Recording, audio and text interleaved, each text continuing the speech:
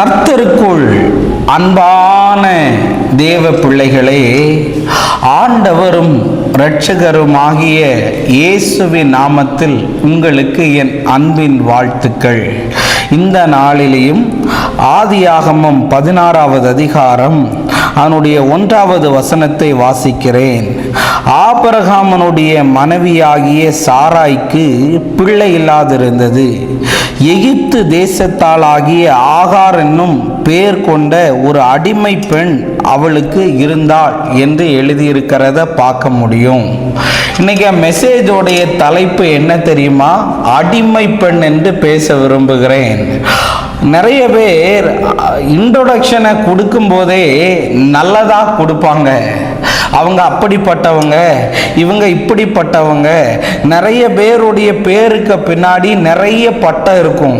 ஆனால் இந்த ஆகாரை குறித்து வேதம் சொல்லும்போது அவளை பைபிள் இன்ட்ரடியூஸ் பண்ணுறதே எப்படி தெரியுமா? சாராளின் அடிமை பெண்ணே என்று.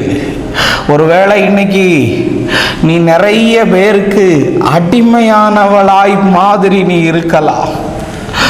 அவர்களுடைய சுயநலத்துக்காக ஒன்றை நிறைய பேர் யூஸ் பண்ணிட்டு டிஷ்யூ பேப்பர் மாதிரி இப்படி தொடச்சிட்டு உன்னை தூக்கி எரிஞ்சிருக்கலாம். இன்னைக்கு அந்த ஆகாரை தேடி தேவன் போனதுனால அவளுக்காக ஒரு நீரூற்றை தேவன் திறந்தார். சில நேரங்களில் சில பெண்கள் கணவனுக்கு அடிமைகளாக இருக்கிறார்கள். நான் உன்னை கல்யாணம் பண்ணிட்டேன், நீ இனி எனக்கு அடிமைன்னு சொல்லுகிறார்கள். கொடுமை. நிறைய மாமியார்கள் நீ ஏன் கண்ட்ரோலில் தான் இருக்கணும் அப்படின்னு சொல்லி கொத்து சாவிக்கு ஆசைப்பட்டு நிறைய பெண்கள் அடிமைய மாதிரிக்கில் வேலை செய்கிறாங்க. இன்னைக்கு ஆண்டவர் சொல்லுகிறார், இந்த அடிமைத்தனத்திலிருந்து எனக்கு விடுதலை வராதா? ஐயோ, என்னை ஒரு மாதிரி பிரதர், என் கணவன் என்னை ஒரு குப்பையை மாதிரி யூஸ் பண்ணிட்டு தூக்கி எரிஞ்சுகிறாரு. என் ஃபீலிங்ஸ் அவர் மதிக்கிறதில்ல, என் உணர்வுக்கு அவர் இடம் தருகிறதில்ல, நல்லது கெட்டதை பார்க்கறதில்ல, என் ஆசையெல்லாம் எனக்குள்ள புதைச்சி நான் வாழ்ந்துகிட்டு இருக்கிறேனேன்னு சொல்றியா? என் அப்பா அம்மா எவ்வளவோ சொன்னாங்க, பிரதர் இந்த கல்யாணம் உனக்கு வேண்டாம், நான் அவங்களையெல்லாம் எதிர்த்துட்டு இவனை நம்பி இன்னைக்கு அடிமை மாதிரி நான் இருக்கிறேனே அப்படின்னு சொல்லி நீ அழுகிறையா? சில ஆகாரே, இன்னைக்கு ஆண்டவர் சொல்றாரு, சில நேரங்களில் ஆகாரை போல நீ அடங்கி இருக்க வேண்டியது அவசியமா இருக்கிறது. ஏன்னா உன்னை அந்த இடத்திலேயே தேவன் உயர்த்துவார். சில நேரங்களில் இந்த ஆகாரை போல நீ சில முடிவுகளை எடுக்க வேண்டியதும் அவசியமா இருக்கிறது உன் வாழ்க்கையில. இன்னைக்கு கணவனை பிரிஞ்சிடலாமா, என்னால் டார்ச்சர் தாங்கலைன்னு சொல்றியா? கொஞ்சம் பொறுமையா அடங்கி இரு. நீ ஆகார் எந்த வீட்டை விட்டு துரத்தி விடப்பட்டாலோ அதே வீட்டில் அந்த அடிமை பெண்ணை இயேசு வாழ வைத்தது போல உன்னையும் வாழ வைப்பார். 2 ராஜாக்கள் 5வது அதிகாரம் அதனுடைய 2வது வசனத்தை வாசிக்கிறேன். சீரியாவிலிருந்து தண்டுகள் புறப்பட்டு இஸ்ரவேல் தேசத்திலிருந்து ஒரு சிறு பெண்ணை சிறைப்பிடித்து கொண்டு வந்தார்கள். அவள் நாகமானின் மனைவிக்கு பணிவிடை செய்து கொண்டிருந்தாள் என்று எழுதியிருக்கிறது. பார்த்தீங்களா?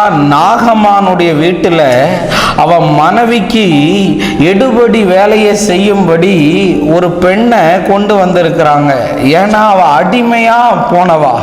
அப்போ அந்த ஊர்ல உள்ள அந்த வீட்டில் உள்ள அந்த அந்த ராஜாவுக்கு குஷ்டரோகம். அப்போ அவ தான் சொல்றா, இங்க எலிசான்னு ஒரு தீர்க்கதரிசி இருக்காரு, நீ அவரை போய் பாரு, அவரை போய் பார்த்து அவர் சொல்றது நீ கேட்டனா சரி ஆகிரும். இதே மாதிரிக்குல அவரும் போய் அங்க போய் அவர் சொன்னதை கேட்ட உடனே அவளுடைய குஷ்டரோகம் மாறிட்டு. இன்னைக்கு ஒருவேளை நீ எனக்கு ஆண்டவருக்காக பயன்பட முடியலையே, என்னால ஜெபிக்க முடியலையேன்னு சொல்றிய, அவளும் ஒரு அடிமை பெண்ணு தான். ஆனால் அடிமையா இருக்கும் போதும் ஆண்டவரை பற்றி அவள் சொன்னதுனால அவளால் நிறைய அற்புதங்கள் நடந்தது. இன்னைக்கு நிறைய சகோதரிகள் ஜெபத்தை விட்டுட்டீங்க, நிறைய சகோதரிகள் உபவாசத்தை விட்டுட்டீங்க. நிறைய சகோதரிகள் கண்ணீர் வடிக்கிறத விட்டுட்டீங்க. வேலை வேலை வேலைன்னு ஓடி இன்னைக்கு அடிமை பெண்ணை போல இருக்கிற ஒன்றை கர்த்தர் அதிகாரியாகவும் ஆளுகிறவர்களாகவும் மாற பண்ணுவார். நம்ம ஜெபிப்போம். அன்பான நல்ல ஆண்டவரே, இந்த நேரத்துக்காக நன்றி. ஆண்டவரே, நீங்க எங்க கூட பேசின நல்ல வார்த்தைகளுக்காக நன்றி சொல்லுகிறேன். தடைகளை எல்லாம் கர்த்தர் மாற்றி அற்புதத்தை செய்யும். இயேசுவின் நாமத்தில் வேண்டுகிறேன் நல்ல பிதாவே. ஆமேன், ஆமேன். God bless you. கர்த்தர் உங்களை ஆசீர்வதிப்பார்.